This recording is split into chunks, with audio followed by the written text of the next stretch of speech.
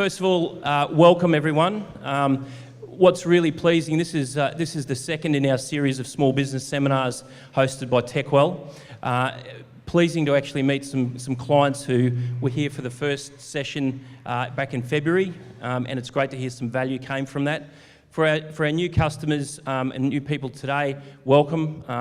I'm sure Monty, and in particular the topic around Google and how it can power your business, the role Google plays and where you're ranked, SEO and a whole range of digital strategies is absolutely topical today. And again, going back to it, what I'll do is I'll also get the team from Techwell just to put some of the reps to put their hands up so you know who, when you have queries at the end of this, we don't just all storm Monty. So reach out. There we go. Joe at the food bin, get it go. So today, before I start, just to go through, in case of an emergency, the obligatory follow us all will be charging out those doors. If you need the bathrooms, they're up behind the mirrored, ladies and male are up behind the mirrored glass, so feel free to use the amenities. I've worked with Monty now for some time, and I had to ask him this morning how to pronounce his surname, and it's Hipschke, because I said he's like Ronaldo. You know, everyone knows him from his first name. So Monty's had extensive experience working with Google. In prior life, he was actually a rocket scientist, so we won't hold that against him. But in terms of absolutely expertise in the product, we couldn't welcome anyone more from our content to convert partners. You might think, where does Techwell or a technology business fit into this? And our catch cry is making technology simple. What we recognise is, apart from having a range of products and solutions which can support SEO and other pieces of your own customer engagement and digital marketing, as you drive more demand to your business, whether it be phone traffic, foot traffic, web traffic, you need to make sure that you've got the right technology in place to support that so you can still deliver the needs to your businesses and your clients. So that's where we play a role. In terms of Monty, he's going to take you through what you need to be aware of to keep up to space in terms of marketing to your customers in this digital world. So without any further ado, I'll hand over to Monty Hipschke. Yeah, close enough, Hipsch. Good morning all, thanks for being here. How many people saw Tamara 3 months ago? Okay, Tamara's one of our co-directors in the company, yep, and she was doing all the things social media, you know, Facebook, LinkedIn, Twitter, all that good stuff. I don't do any of that, I just do Google. And here's a quick question for people. When you do a search on Google, how many people do you think click on nothing? No, 50% of the people that search on Google click on nothing, because Google is no longer a search engine, it's an answer engine. So you ask it, what's the temperature of 24 degrees centigrade in Fahrenheit, it just gives you the answer. It's on the screen. So Google's an answer engine rather than a search engine in many cases. And it's going around this because of voice search, and people, you know, how many people have a Google Home? Okay, Google. You know, so they're looking to provide answers. So it's changed. So more than half of the searches never click on anything. Okay? That's just a cocktail thing that's interesting. Everyone has a story, and you have to understand, when I'm living in the Google world, no, unlike Tamara, when she's talking social media and you're on Instagram or Facebook and you see ads come down and they interrupt what you're doing because you're there for social. In the case of Google, you're sitting in front of your keyboard and you're typing a query, right? And that's a different person in the sales funnel looking for your business or looking for a solution to their problem. So it's telling a story. Does that make sense to people? And so I want to start with a story. And there's about 4 things I want to leave you with today. They're not going to require you to do a lot of significant technology stuff, but they're very important that you try and try to work these things out. And the first one is, I had a client down here in the Gold Coast, and an old employee of mine was working there as their digital manager. And she said, can you come down and audit our Google AdWords account for us? And I said, sure, and I did that. And they had just hired an in-house team. And I looked at the AdWords, and it had all the keywords, and it was clustered into groups, and they had split testing of their ads and all of that. But I'm a data-driven individual, so I looked at their Google Analytics. And the analytics showed that there wasn't a lot of engagement. So when I was taken to the CEO, Tim, Paul, Lindsay, and had said, what's going on and what's the matter with the AdWords campaign, I said, there's nothing wrong with the AdWords campaign. And I don't like to tell people their children are ugly, but by looking in the analytics, their children were ugly. And so I went to the guy, I said, the problem isn't your AdWords or your staff. They've done a great job. The problem is your website. Basically, it's terrible. And he looked at me. Now, you can tell from my American accent, I've been here 33 years. He looked at me and he said, I don't like you. And I looked at him and I said, well, I don't particularly like you either. But the problem is your website's terrible. And he goes, what do you mean it's terrible? And I said, well, look at the bounce rates and look what's going on. And I said, and it's not a good experience on a mobile device. He said, you're full of nonsense. That wasn't quite the word he used.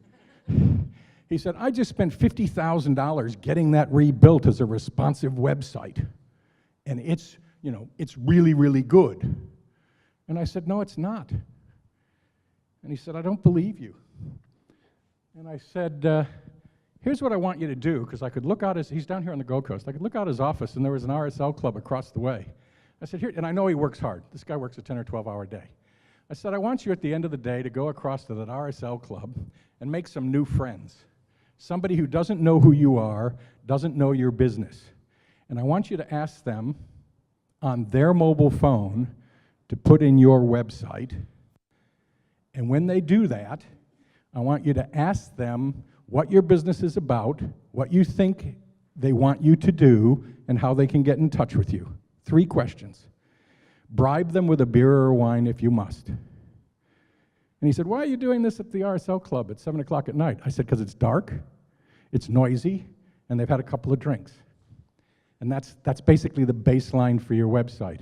And folks, today, afterwards, TechWell does this is a great environment, there's going to be lots of leftover food. Go find somebody who doesn't know you or your business, take your badge off your shirt, and ask them to do the same activity, to look at your website, and have them tell you what they think the site's about, what you want them to do, and how they can get in touch with you. The fellow rang me the next day, which surprised me. And when I answered the phone, or it got put through to me, he said, I still don't like you. I said, I'm not a fan either. And he said, but you are absolutely right. He said, I went in, I found 4, not 3 people that didn't know me. I asked them to look at my website. They couldn't figure out what it was about. Took forever to load. I wanted them to ask for a free quote. There were 9 fields on the quote form. Nobody on their fingers on their phone could fill it out. And they couldn't find the phone number, and it wasn't click to call. And I said, but it's responsive. You paid 50 grand for that. Am I making any sense to people here? I spend a lot of time with Google AdWords clients, and they ask me to figure out how to get their keywords and their ad copy right, and I go to their website and I look at their analytics, and their kids are ugly. And I don't like to say that. So by the way, it's statistically significant if you do this with just 3 people. So please, I mean, don't get me wrong, TechWell redid their site, right, back November, you know, and it's great because you ask other people in the company, what do you think, and they say it's a lot better, this and that, and blah, blah, blah, blah, blah. You really need to get somebody who's a stranger to look at the site and see if they get it. And if they've had a couple of drinks and it's in a dark, noisy environment, that's about the baseline that you want as a review. Yes, you can use Crazy Egg and eye tracking software and all sorts of different tools. The best tools there are. How many people have done this exercise? I'm loath to think. Yes. In the back of the room, Lindsay didn't say that, I'm the longest serving Google partner in the country, and I was the 3rd one signed up. The other 2 are gone now. The 2nd longest service partner in the country is Mark Toll, who's sitting in the back of the office here. He's here to make sure I'm not lying.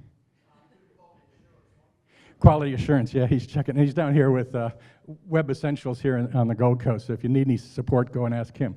So that's one of the things I want you to do. That's one of the key takeaways. Audit your website with a stranger. And I guarantee you will then make some changes to your site. When you do make those changes and you come back, you can't reuse those people. They're no longer strangers.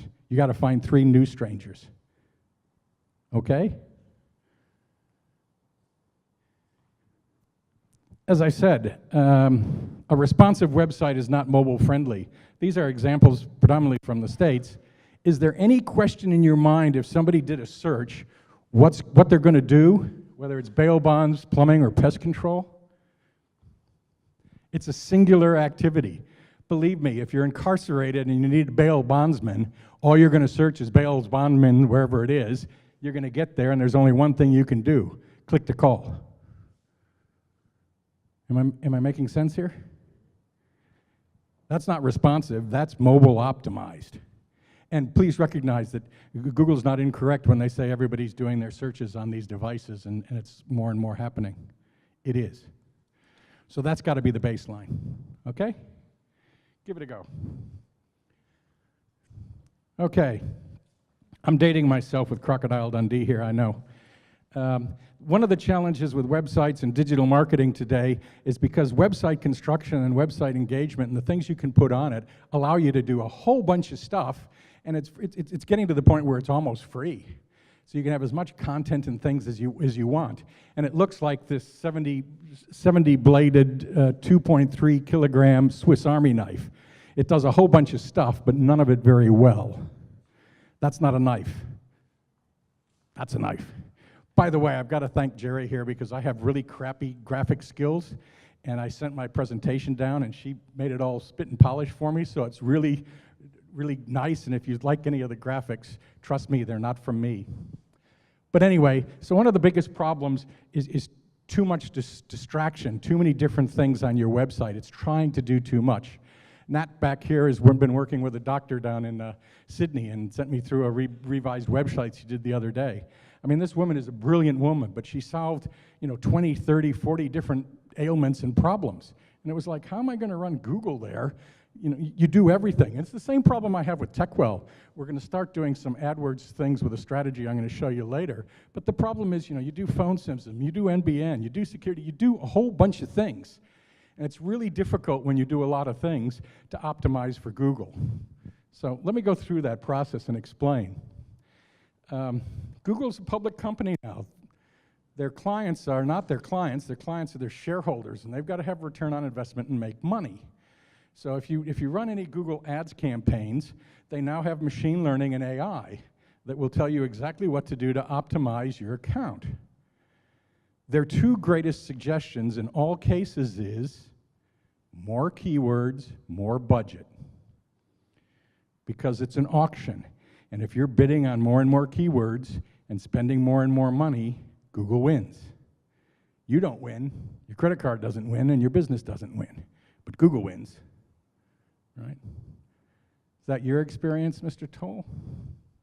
Yeah. I get people that ring up and they say, hey, because I give transparency, they get access to their AdWords account, they can look at it and see everything I've done and change history and all that. And they'll say, oh, we looked at their AI machine learning and it says you're only 68%. I said, oh yeah, what does it recommend? It recommends more keywords and more budget. How much of that? 20%. Okay, and then they want site extensions and it asks for a bunch of other things. I said, do you want to do all that stuff? And they said, no. So I said, you're happy at 68% then? They go, yeah.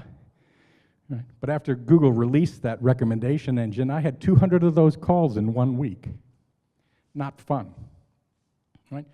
So traditionally, if you go online, and there's lots of educational stuff with AdWords online, and the stuff I'm going to tell you today isn't there. You're not going to find this on YouTube or anyplace else, right? You haven't seen go to a RSL club and take your phone out and do customer research. You haven't seen that anywhere. You've been told to use Crazy Egg or Google Analytics or eye tracking software, right? So, but this is the traditional Google process. Go and do your keyword research. They got a keyword research tool, right? Then write ads and split test your ads and then take them to a landing page. And I'm qualified by Google in this procedure. I have to be to maintain my qualifications. And that's for search and video and shopping and display. And you can find all this stuff. You can do the exact same things I do. But if you do this process, you're going to reinforce Google's shareholders. They're going to really like you. You're going to make Google a lot of money. Unfortunately, your credit cards are going to be kind of skinny. So I think this process is completely wrong. This is the process that I use. I turn it completely upside down. I always start with the landing page. Always. Then I can write ad copy that's very simple, and then my keywords are usually a half a dozen. It's upside down, and it makes all the difference. And let me explain. The landing page has to have a value proposition. And I'm going to show you one that's one of the TickWell companies, Formality, later on, which is super focused and brilliant. It needs to, what is it that you want the person that visits your digital presence, who sat in front of a computer and typed a query, what do you want them to do? If it's an e-commerce site, it's easy. You want them to shop, right? But if you're a professional service provider or maybe a realtor, you might want them to download a ebook about real estate properties on the Gold Coast, or return on investment, or the impact on new construction, whatever. You might want to have them download and use some free software, right? Does that make sense? If you're selling software, if you have an app, you want them to download your app from the Android store or the Apple store. You might want them to book an appointment if you're a chiropractor or a doctor, right? I suggest you try to have no more than 2 of these call to actions, preferably 1, and what your value proposition is. Does this make sense?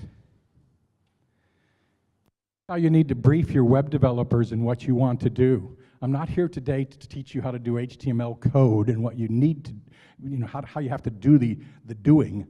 I'm here to tell you, as business owners and marketing managers, how to brief the people that are going to do this work for you. They'll normally want to put a big hero shop that's sliding images across the top, and then they'll want to have a form, and they'll want to have phones, and they'll want to have this, and 15 different calls to action. And I'm like, no. I want all the good stuff above the fold so I don't have to scroll, and I want a singular call to action. I might have 2, because on my own Aussie Web Conversion website, I got 2. One is click here, and it's click the call, and you can talk to us right now, and it's a 1-300 number. The other one is fill out a form, which has 3 fields. It says what your name is, what your phone number is, and when you want me to call you. And that's it. You can't do anything else on the site. And if you've done either one of those things, I don't care if you ever go back to that site again.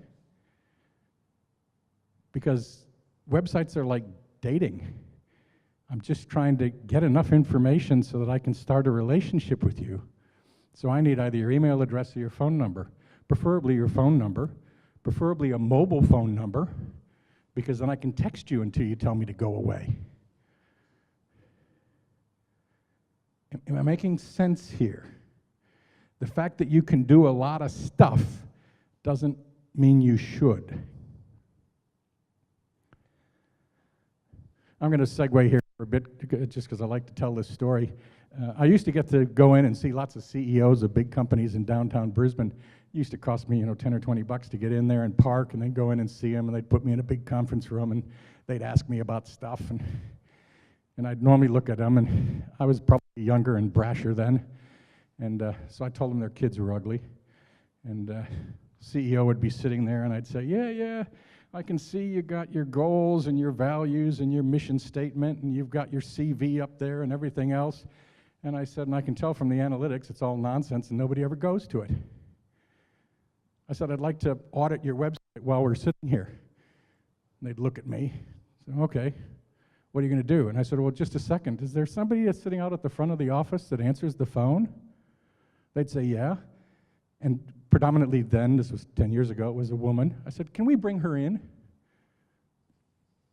She'd hardly ever been in the CEO's conference room. Bring her in. And I'd look at her and said, has anybody ever called up to the company and asked for their values and their vision and mission statement? No. Have they asked for the CEO's CV or his bio? No. What do they ask about? Oh, whether we ship to Darwin, what our hours of operation is, what our return policy is. I said, thanks, you just designed the website. And by the way, none of those answers are on the website. Now, needless to say, I didn't secure many of these clients as customers. But it was nice to be able to go and piss off a CEO for 20 bucks. It was pretty fun. I enjoyed it. I don't do that anymore. So anyway, my point is you need to have a specific focus in mind. And why is that important? See if your BS detector goes off on this one, Mark. It's the ad copy. Now, if you go through the traditional process I showed you before, keywords, ads, landing page, You're going to be writing A/B split test ad copy, and it's going to be doing things. And one of the key measurements that Google uses is click-through rate. So if your ad shows 100 times and it gets seen 10 times, that's a 10% click-through rate, which, by the way, Google's average is about 2%. So that's 500% better. I don't care about click-through rate. Click-through rate is a stupid metric.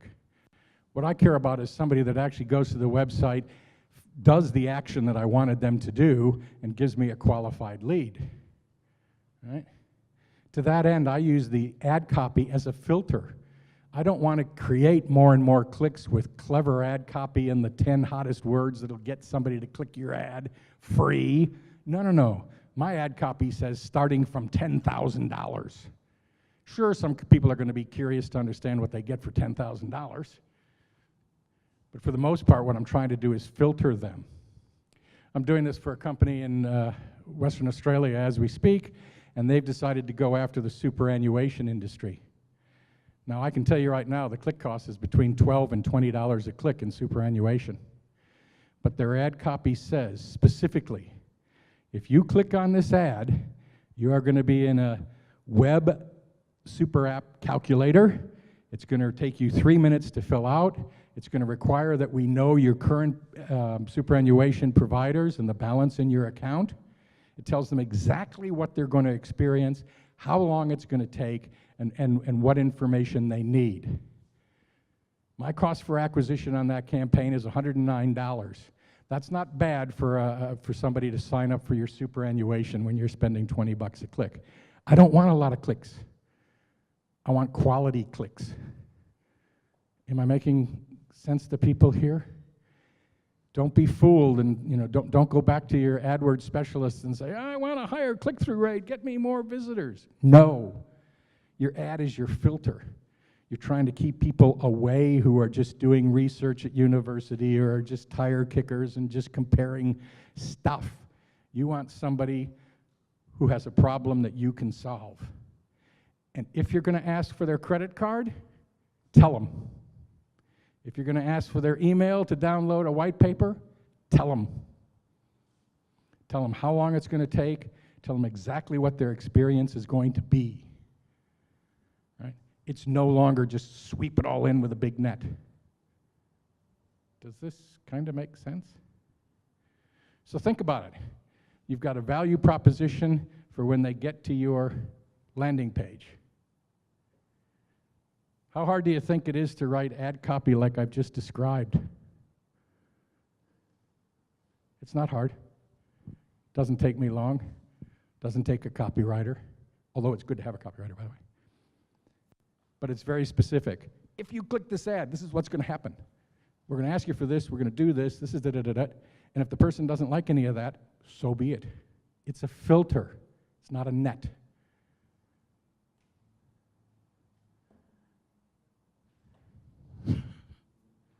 And by the way, if you do that, the last thing is picking the keywords. Well, the keywords become very, very simple when you have a very simple text ad or two, and you have a very simple landing page with a singular call to action.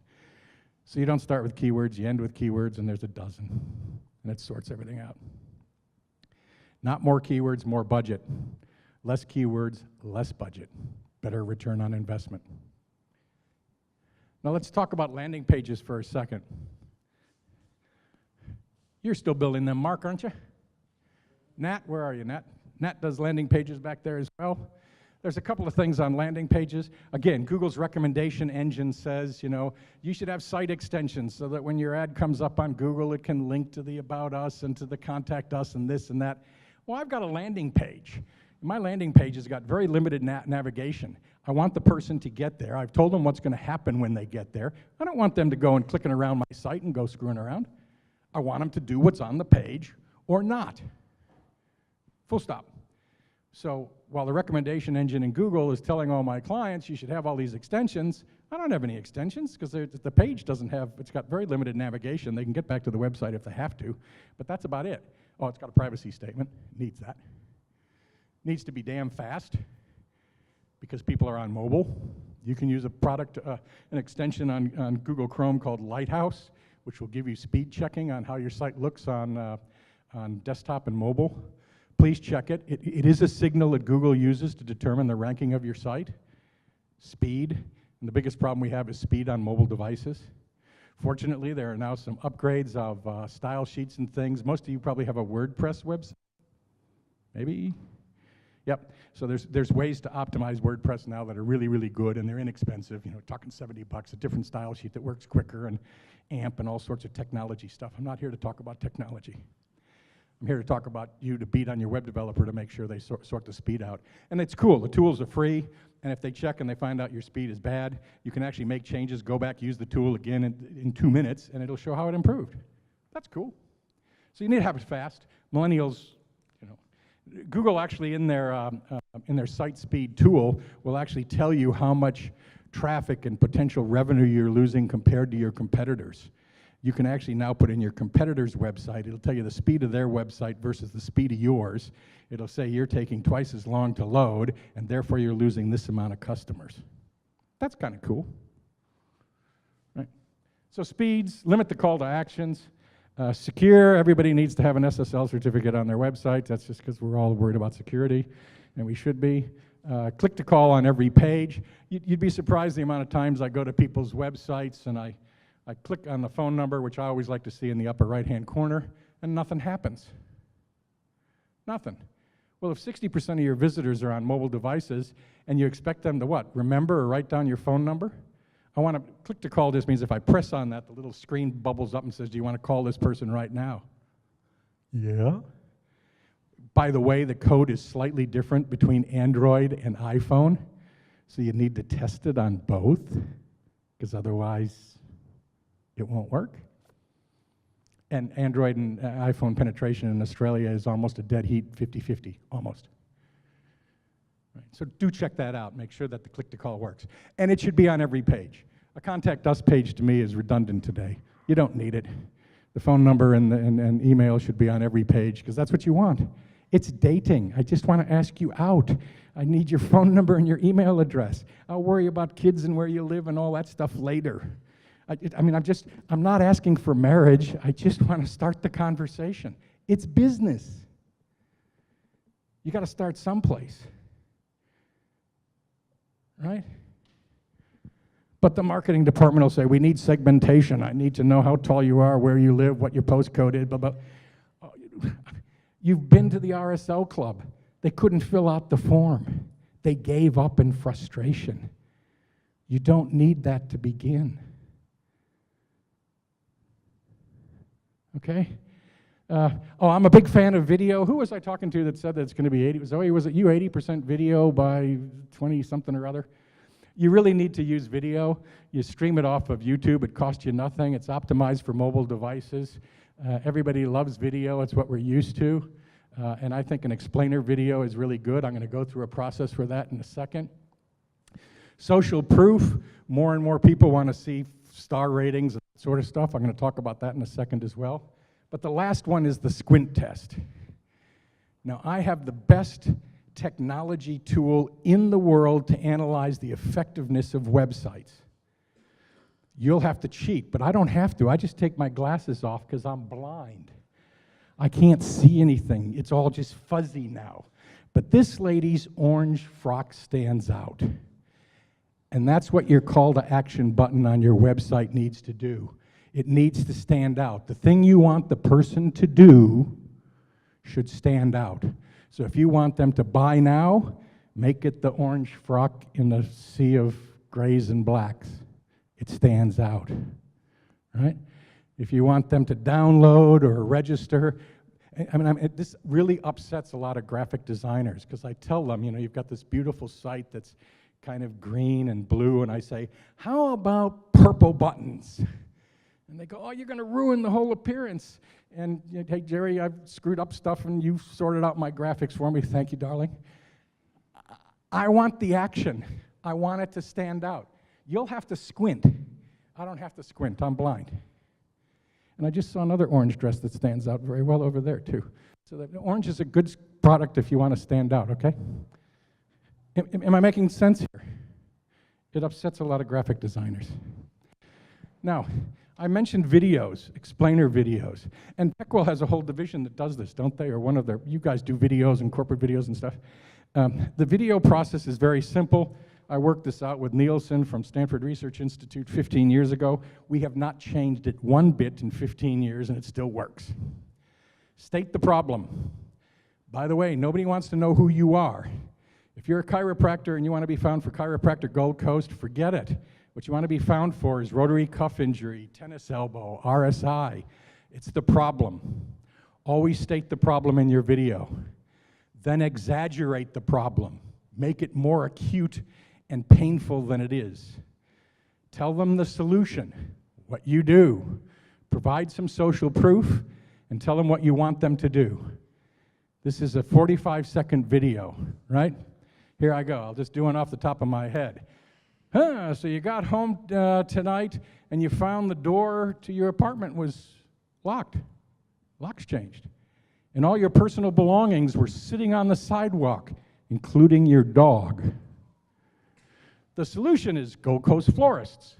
If you call them before 3 o'clock, they can have flowers sent to her today, right? The social proof, that's who Julia Gillard used when she did Kevin Rudd, right? Now the solution, I want you to ring the 1-300 number before 3 o'clock. We'll have those flowers delivered and hopefully you can get back into your house with your wife. Does that resonate with anybody or is it too over the top? Right? Whatever the case may be, you know? How would I do that for Techwell? Let's see, you're relocating office. You get to the new location and you have no phones.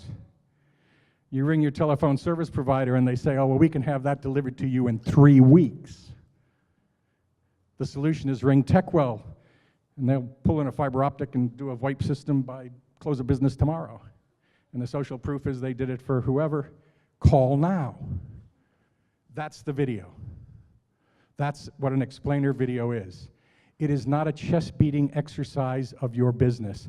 It's not I've been in business since 1996, although I have. It's not that I'm the Google guru, although I am.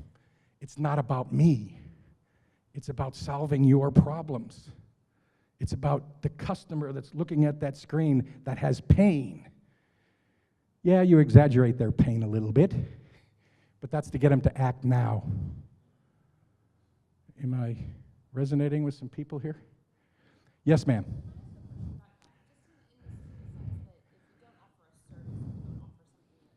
What's your product? Brewery tours. You know, having an out-of-town visitor coming in, tired of taking them to the same old thing, Dream World, Sea World, blah, blah, blah, blah, blah. The solution is brewery tours. The proof is, you know, we've taken 22,000 alcoholics on tours in the last things, you know. By the way, we have a bus so that you don't have to worry about DWI. I do e-commerce companies, and we do videos whenever we can for every single product they offer. And some of them are fuel measurements out on mine sites. Some of them are logistics software for warehouses, for forklifts. We always use a video to get the message across, short, sharp. It takes 45 minutes, or 45 seconds. And I get asked a lot of time, because I do a lot of videos. You rarely see my face. You hear my goofy accent, but it's normally screen capture. And everybody says, what software do you use? I said, that's simple. I use Wine. They say, what? Wine? I said, yeah, I shoot the video. If I don't like it, I drink a glass of wine, and I shoot it again. And, you know, by the 6th time, it's either perfect or I don't care. You know? So, I mean, I don't use any fancy software. You'll be surprised how long 45 seconds is when you start recording it. But you can literally do this with your mobile phone or the screen capture on your laptop if it's fairly current. Does that resonate? Right, explainer videos. Techwell can create these for you. I've got a whole team of people that do videos and stuff, don't you? Yeah. So that's how you do videos. Oh, and this is just, if you can't optimize for mobile, by the way, build an app. I'm not a big fan of apps because they're expensive, they're hard to get people to download them, they're hard to do it. But when you have complex things like Domino's Pizza, and even if you got a responsive side, I mean, think about it. How many people here use net banking on their phone? You all use the app, don't you? Yeah. So if you have complex, multiple processes and things, build an app. Apps are expensive, they're hard to maintain, there's all sorts of reasons why I don't like them, but if you have a complex product, you have to do it. Okay, I love this. I love this. I get to work with lots of companies that do Google AdWords, and clearly their branded terms, when they're searching on their own name, is really valuable because it comes up all the time, and it's a good thing, and it's usually the highest return on investment, return on ad spend, and it works really well. The second most effective campaign is bidding on your competitor's name.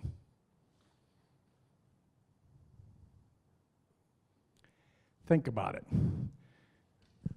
Formality, it's a TechWell company, isn't it? Or you're an investor in it, or you do something, right? And they're going to be competing with DocuSign and Adobe Sign. And this is how you do it. You do a compare and contrast grid, right? And then if you do the HTML coding right with image tags for the pluses and minuses, you can maintain your Google quality score. This is not illegal, by the way. I can run an ad that is triggered by the term Coca-Cola. That's a trademark term globally and well protected. I can't use the term Coca-Cola in my ad. But I can say, looking for a brown sugar caffeinated drink to pick you up and make you feel real thingy? Try Pepsi. And when they click there, it takes them to the Pepsi page. On the Pepsi page, there'll be a comparison with Coke and Dr. Pepper and everything else. It's a very effective bait and switch tactic. I've used it consistently for a number of clients, and it's been extremely successful. Because you're bidding on your competitor's name. Often your competitor doesn't bid on their own name because they rank anyway. Sometimes they do, but the cost per click is not 10 bucks. I mean, I can bid on AMP Super for my client in Western Australia. I can't say it in the ad, but I can say in the ad, compare leading providers of superannuation across Australia, click here. And when they do, I can take them to a table that compares Colonial First State, AMP Super, and my client. Now, be careful here. When you do these comparisons on forms and everything, it has to withstand legal assault. You have to be 100% accurate and correct. You can't make a claim that isn't real. But if you do, in fact, compare and contrast successfully against other branded terms, I can drive traffic to your website at 1/10 of the cost. And the customer that is coming is clearly identified, they have a need, they were looking for that brand because they had an intention to buy, or maybe they were just looking for the phone number. If they were just looking for the phone number, your ad's going to be well written. It's not going to say, it's going to say, you know, if you click this ad, we will show you a comparison between leading providers of superannuation in Australia. Right? We're going to tell them exactly what happens. And we're going to ask for your phone number or your email address or whatever. Remember what I said earlier about writing ads? Right? So if they click on that, it takes them to this experience. If they're not interested and they were just looking up for, you know, a contact details, they won't click on the ad. But if they do, it's 10% of what you'd pay for a competitive term. 10%, hell, sometimes it's 2%.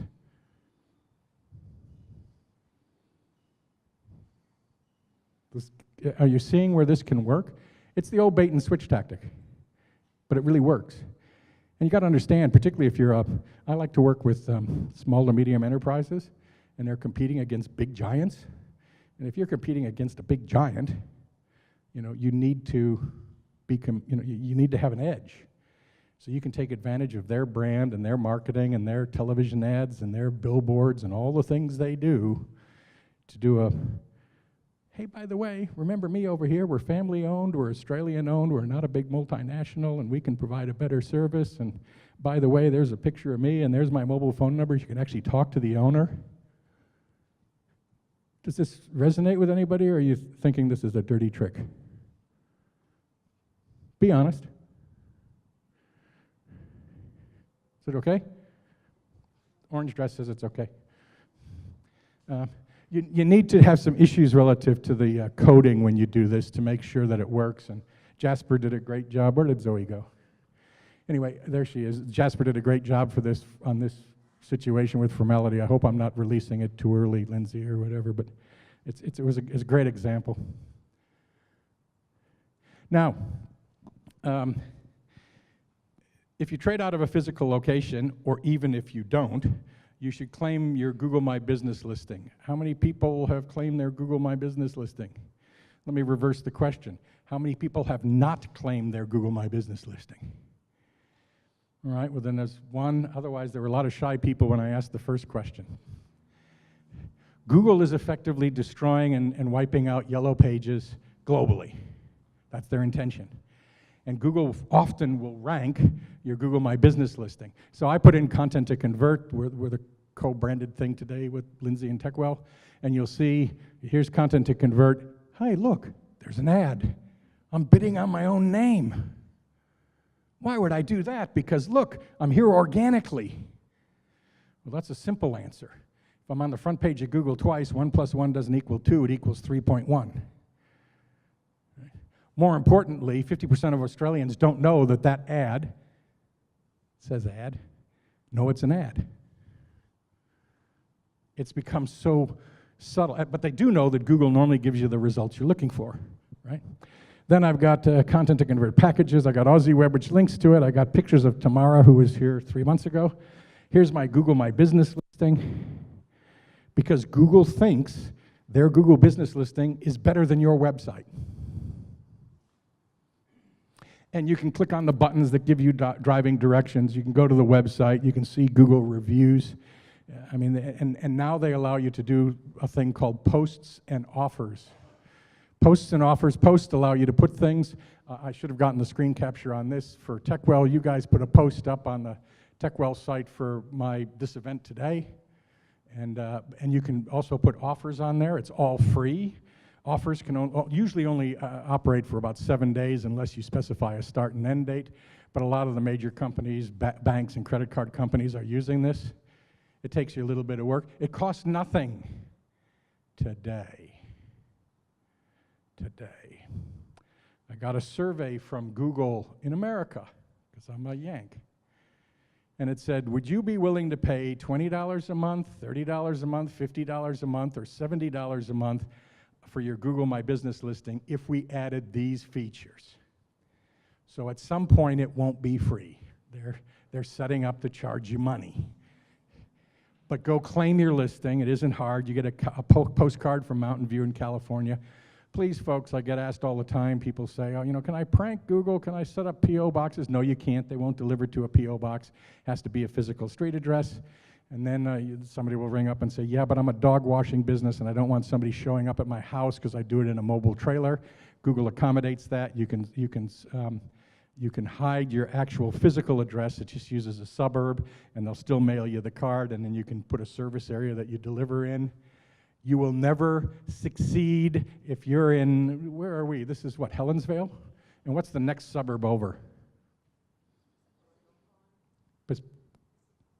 Pacific Pines. If there's somebody in Pacific Pines that does phone systems, and TechWell's here in Helensvale and it does phone systems, chances are you'll never come up, because it uses the Latin long of the most localized businesses around the area. And you cannot beat that. So don't try to prank it, but there are things that you can do. And like I said, it allows you to do reviews, it allows you to post offers and specials. It allows you to respond to comments. If somebody comments about the morality of your mother, you cannot have it taken down, but you can reply. I highly advise that you wait until tomorrow to reply. Right? I had a client who rubbished some of our work.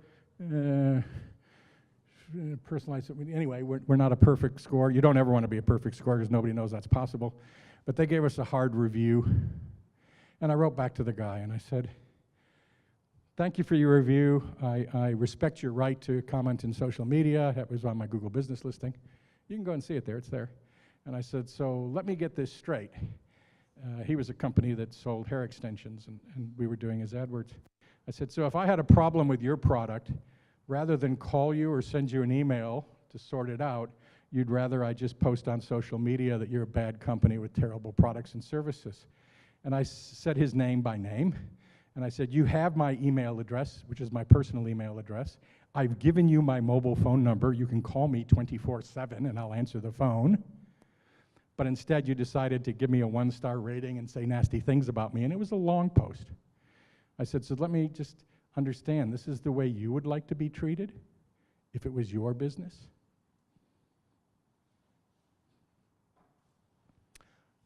He never took that posting down. But geez, I have lots of friends, and they jumped on it and said, what the hell are you doing slanting this guy? You know, he's done this, he's done that. Where are you getting off? That's gold. That's worth more to me than having it taken down. It's better to have somebody say, you're terrible, and then have 5 people pile on saying, no, he's not, than it is to have it go away. But I didn't reply that day. I'm human. I was hurt. Right? Still am. I don't understand why I did it. Anyway, so Google My Business. Does this make sense to people? You are receiving, and I'm not trying to slight our people in the Philippines or India, but you are receiving 20 emails a week and 5 phone calls a week from people that want to do your search engine optimization. Am I wrong? Nope. Now, Jerry, you've done such a great job on my slides. Did you fix up my ugly document as well? Yes. God bless her. So I have a little 2-page document on doing due diligence for SEO and also AdWords.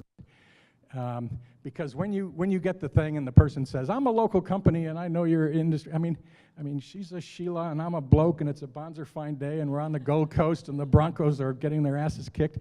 You need some cultural awareness to be successful with writing and things for SEO and even Google AdWords. And you just don't get that from the Philippines or Papadom. Right? So I ask things. I say, what's your street address? And then I go look at it in Google Earth. Geez, I can't believe all these SEO companies that are in the middle of fields.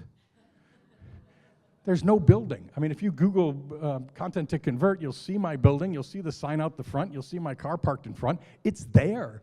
You can drive there and give me a hard time. I mean, Zoe, you've been to my office. I got an office, right? It's got basically Aussies in it, right? And a dog. And a dog. So, I mean, I want to deal with somebody who's local. So all I need to do is say, give me your address, and I'll put it on Google Earth. I'll see if they exist.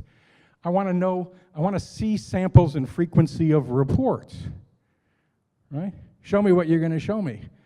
You know, our SEO reports, we start an SEO program by baselining where somebody is today for their keywords and what page they are in Google. We put in the volume of search terms on that every month, and then we baseline that and say, these are the terms you want to optimize for, and then every month we send you a report and we say, this is where you used to be and this is where are you now, right? It's a 2-way street because I'm having some problems with TechWell right at the moment, and I got to figure out how to do a better job. But the point is, at least I'm honest, and they've got the report. They can ask the question. Now I got to lift my game. Right? No lock-in contracts and fixed terms. Anybody providing services in the digital space should be providing services in the digital space. They shouldn't be drug dealers. Right? You shouldn't have to sign up for 6 or 12 months. I should be able to prove my worth and value to you on a month-by-month basis. And if at any time in that process you're unhappy, you should be able to take your stick and ball and go home. Why does it have to be a contract? It's performance-based. If I can't make you money, I don't want your money. Does that make sense? It's happened. I have failed. Not a lot, but some. Company qualifications on Google Sites. If you go to Website Essentials, I think that's the correct URL, and you'll see that Mark Toll back here is a Google partner, and if you click on the badge that says that, I think you're a Premier partner, aren't you? It goes to Google's site, and it says he's qualified in search and display and in shopping. That's on Google's site, right? That's the sort of qualifications you want. If you go to mine, same thing. It takes you to Google and it shows you that I passed their tests. What did their tests tell me? Keywords, ads, landing page. Wrong, but at least I know how to answer their questions, right? So they should do that. Company qualifications on Google Sites, access to all published content and stuff. Nobody should ask you to put their URL, their SEO URL on your website. Why do you want to promote somebody else's company? You know? And again, SEO should include optimizing your Google My Business listings. Does that make sense?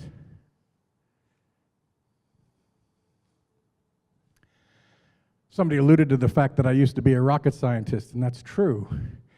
If you design a rocket poorly, people die. But this is the web.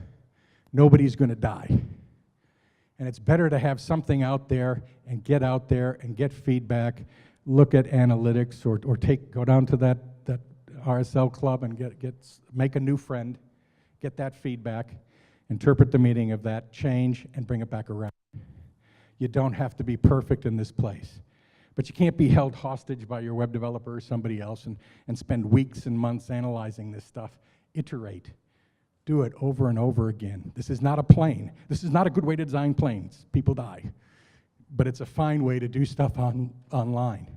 It's a great testing environment. I can run Google Ads to test the effectiveness of different campaigns, landing pages, and ad copy, and I can get it set up before close of business today, and as soon as I get 100 clicks, it's statistically valid, and then I can make a change, in another day. So you can't be paralyzed with fear. You actually have to do this stuff. Okay? Here's some takeaways. You're going to have an opportunity. These people at TechWell, Tim and Paul and Lindsay and Zoe and Jerry and the 6 folks that are in the room, this is a great space. They provided you some food and good coffee, not crap coffee. You've got an opportunity now to hang around and talk to some of the TechWell people as well as myself. So why don't you go and find a stranger and ask them on their phone to look up your website and ask them, what is it the site's about? What do you want them to do? And how can they get in touch with you? You got quasi-qualified, but make it be a stranger. Okay? Turn your thinking about what you're trying to do with your website upside down. Start with where they're going to land, either on the site, the page they're going to be on, and work backwards from that to your keywords and ad copy. Use video. Video really works. And it also supports the wine industry. Think about bidding on your competitor's name and how to leverage their... It's going to force you to figure out what your unique selling proposition is, because you're going to be comparing and you're contrasting yourself with them, and you don't want to get in trouble with Legal Beagle and Briefcase. 5th, make sure you optimize and use your Google My Business. There is a lot of good content on YouTube about different things you can do with Google My Business. A couple of things. If you currently have an AdWords campaign, we're more than happy to do an audit of your AdWords campaign and give you a report to see whether it's compliant with some best practice statistics and things that I've talked about today. We're happy to do an SEO audit if you want to review the characteristics on page and off page of your website to see whether it's, again, it's interesting when we do SEO audits. Most of the things that we need to change on a website to make the SEO, the website more compliant, will have very few changes to the actual appearance on the site, maybe a bit of copy changes. It's more the HTML code that lives underneath it not having been optimized for Google's robot to nibble it around. So we do that. And then we look at some off-page things, and we'll compare you to competitors. Those are both free. They don't cost you anything, so why not? In 3 months' time, I think we're talking about having another event here, Lindsay. And the suggested was to bring in Florian, who's Tamara's husband, who has built chatbots and things to get reviews for your website. If we go backwards a bit here, you'll see these are really important. People actually use those and they look at them. So it's really important to beg, borrow, steal, bribe somebody to review your website. By the way, it is illegal to actually prank those. The Mantra Hotel Group did that, and they got an ASX or a Acme fine for a couple $1 million. But it's not inappropriate to ask and gently persuade. Okay? So that's the theory of what'll be on next. I don't know, how am I doing time-wise? Have I used up too much time? Am I over, under? I'm happy to take questions. I'll also hang around because great food, great drink, great company, great people. I'll just stay around until everybody's gone.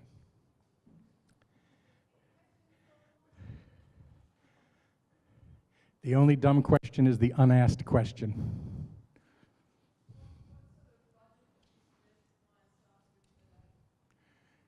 Oh, the question was, what sort of budget should the client spend per day? I deal with SME clients, so we tend to spend about $30 a day. So by the time we get done with our fees and everything, it's about $1,000 a month. But having said that, let me give you a more appropriate answer. It takes 100 clicks to be statistically significant when you're testing with Google. So if it's costing you $10 a click, you're going to need 100 clicks is $1,000 to be able to make a statistically significant answer. If it's only costing you $2 a click, you know, what's that? $200. So it depends on how competitive your industry is. Like I said, I'm going up against superannuation Australia-wide and winning in Perth, where the cost is between $10 and $20 a click. But I've had over 100 clicks. I know my conversion rate. The cost of acquisition is $109. Hallelujah. You know, now we can roll it out. So it's the average cost per click, which we can find out by using Google's keyword estimator, which is crap, right, Mark? Yeah, there's other ways to find out. And then once we find that out, we multiply that by 100, and at least you need to know what it costs you to buy a customer. Even if you never use AdWords again, but just to find out that price, what does it cost you in ads to get a customer? It might not be a positive ROI, it might not be sustainable, but you need to know that answer, right? Yes, ma'am.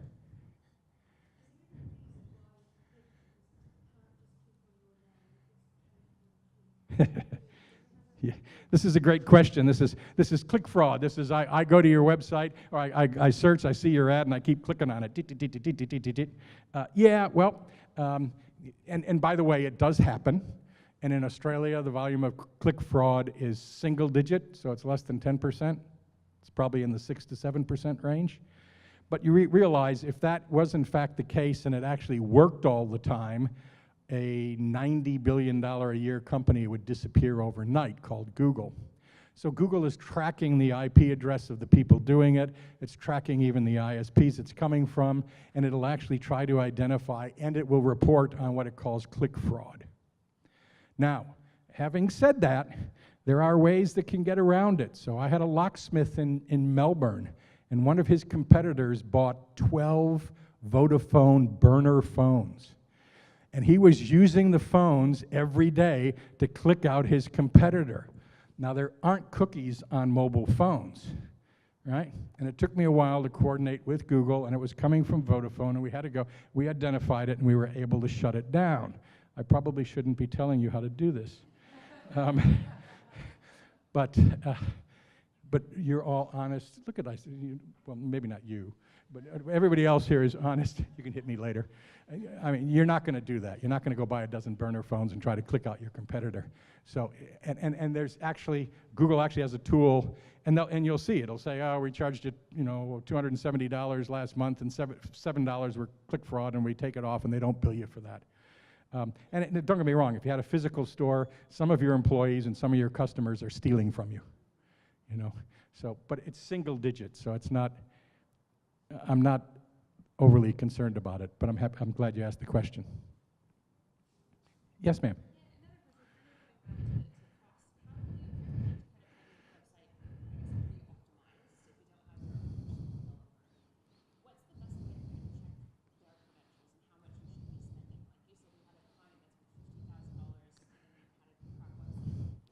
No, we got a responsive website. It just wasn't mobile friendly.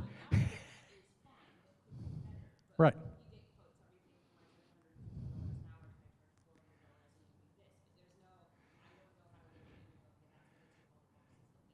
Right.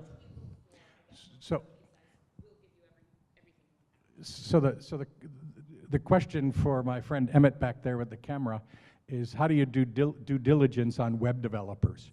Not SEO companies and not AdWords companies, but web developers. And that's a legitimate question.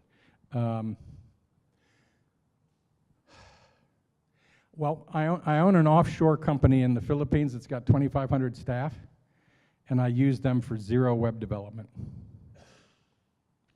Having said that, I've been working with Zoe and Techwell here, and Jasper, who's offshore, has been absolutely brilliant in turning things around and quick and understanding coding. So the onshore-offshore argument to me is an open one. Some are successful and some are not. It all depends on the length and the term of the relationship. If it's going to be short, sharp, one-off stuff, like I got a guy that I use, particularly for WordPress sites, just to improve their speed. He's got no graphic eye. He's a propeller head like me, but he knows how to make sites fast, and that's all he does. And he charges an hourly rate, and I think it's like 125 bucks an hour. And I gladly pay it because, like I say, I'll look at my site and Lighthouse from Google will tell me it's at 22%, and he'll make some changes and send me a note, and I'll check it, and it's at 63%. And I'm like, rippee. Mr. Toll, what was, or Natalie, what are your comments on costs for these things or schedule of rates? Both of these people are on the Gold Coast, by the way. Both of them I know and trust. So give me your best shot. Due diligence for web developers to make things better. Right, his answer was kind of like mine for due diligence, which is give me 3 or 4 websites where I can actually go and check it myself, see whether it is. I do that for people when they just come to me and they say, well, I want to do a new website, and I say, well, show me one that you already see that you think looks good.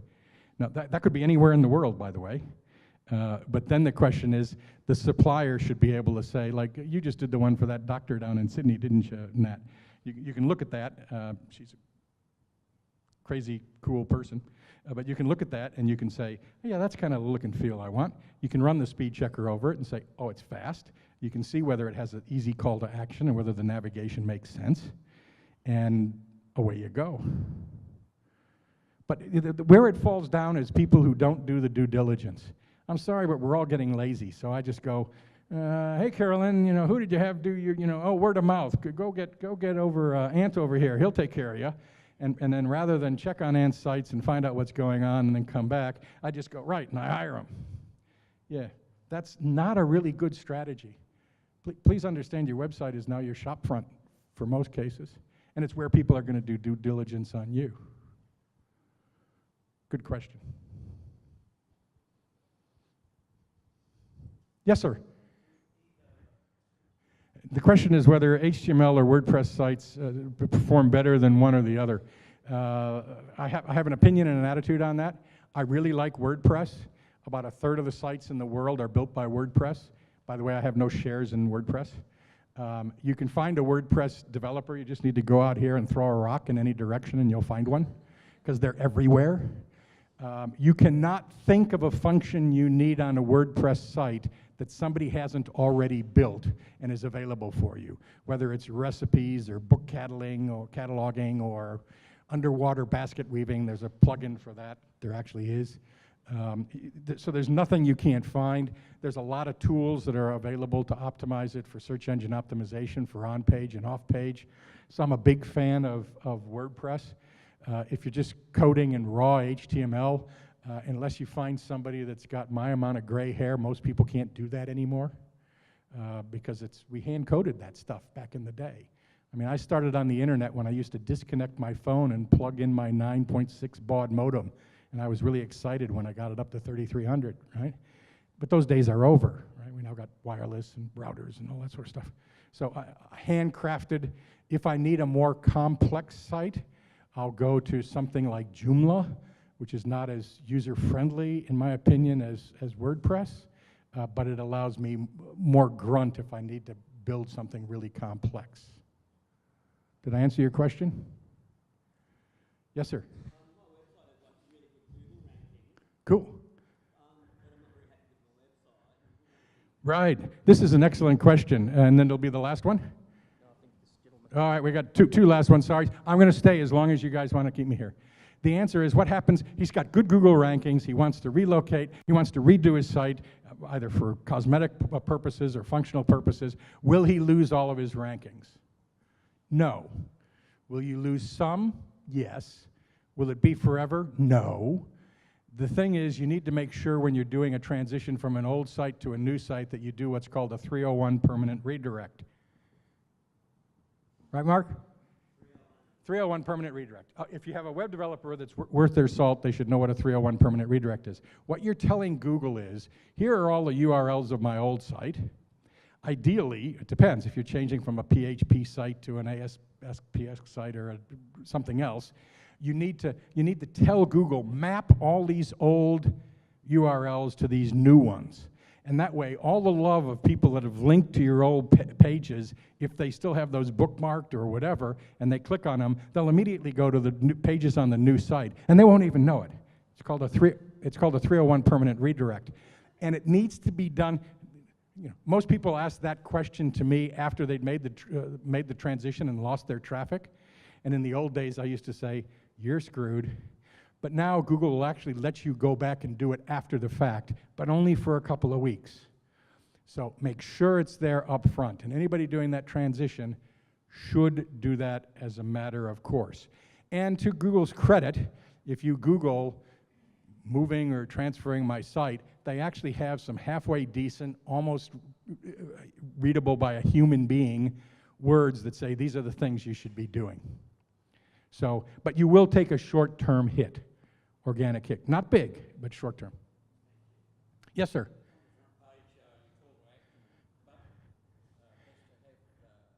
Well, the question is the call to action button on the home page. It depends on what you're trying to achieve. You might be, realistically, you might be a lead gen company and you really want them to download your white paper because that really represents your proposition and everything else.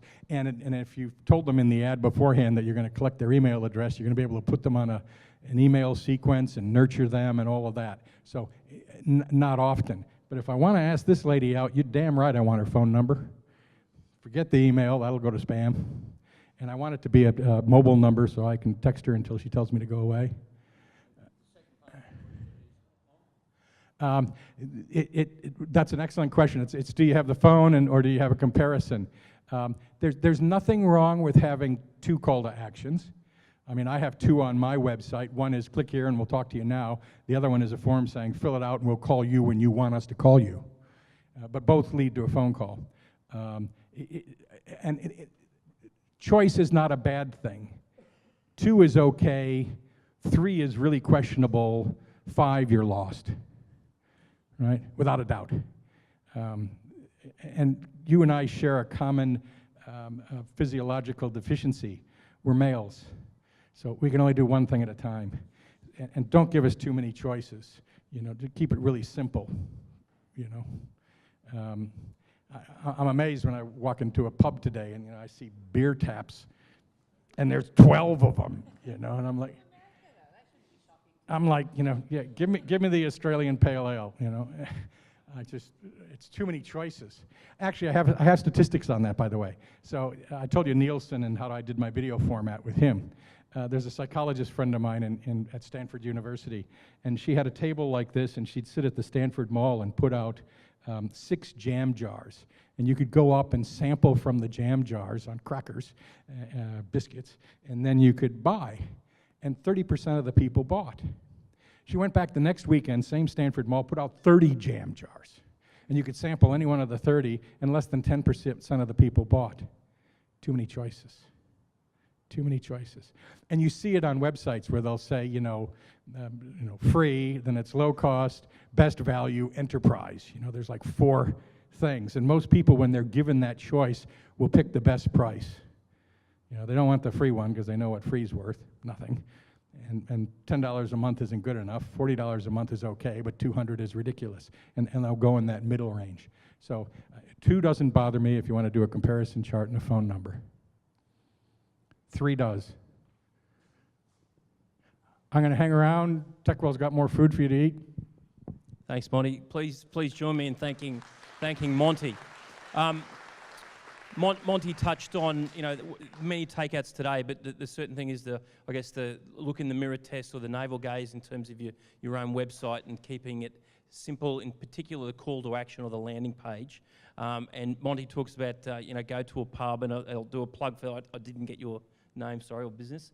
So Jocelyn from Hop On Brewery Tours would be a great place to start if you want to go meet some new friends. So a couple of things before we close. First of all, we value your feedback. And this is from two perspectives. I'll do Monty's plug around. We'd value a Google review or commentary on our Google site, not from our staff, but from our customers here. If you are relocating, what I would ask is probably ignore Monty's comments around pulling a fibre optic cable in within 3 weeks. Otherwise, you might be saying something about my mother on the Google review. So, but your feedback in terms of Google, your feedback would be appreciated. Secondly, we will send out copies of the slides I saw a number of people taking photos, so we will send out copies of the slides after this, seeking your feedback there as well. And more importantly, to the two events so far, we've had over 130 different businesses come through the doors, and these sessions are based on your feedback. So Monty spoke about chatbots as the next session.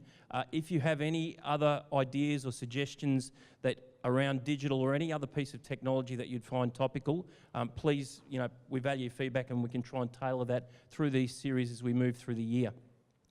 And finally, before we do the draw, in terms of, we've got some prizes here. One of the pieces Monty highlighted was Formality. Formality is one of the businesses within the HTG family, and for all people here today, we'll send details out. But in terms of the free piece, to actually access the free document signing platform, we will also send out details for those to everyone here in the room today around Formality. So.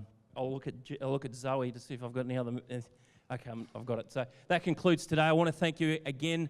Monty will be hanging around now, so feel free to avail yourself to another cup of coffee or any leftover breakfast that may be there, and or otherwise talk to one of our TechDwell team, and look forward to sending out the details and meeting you on the next quarterly breakfast briefing. Thank you very much.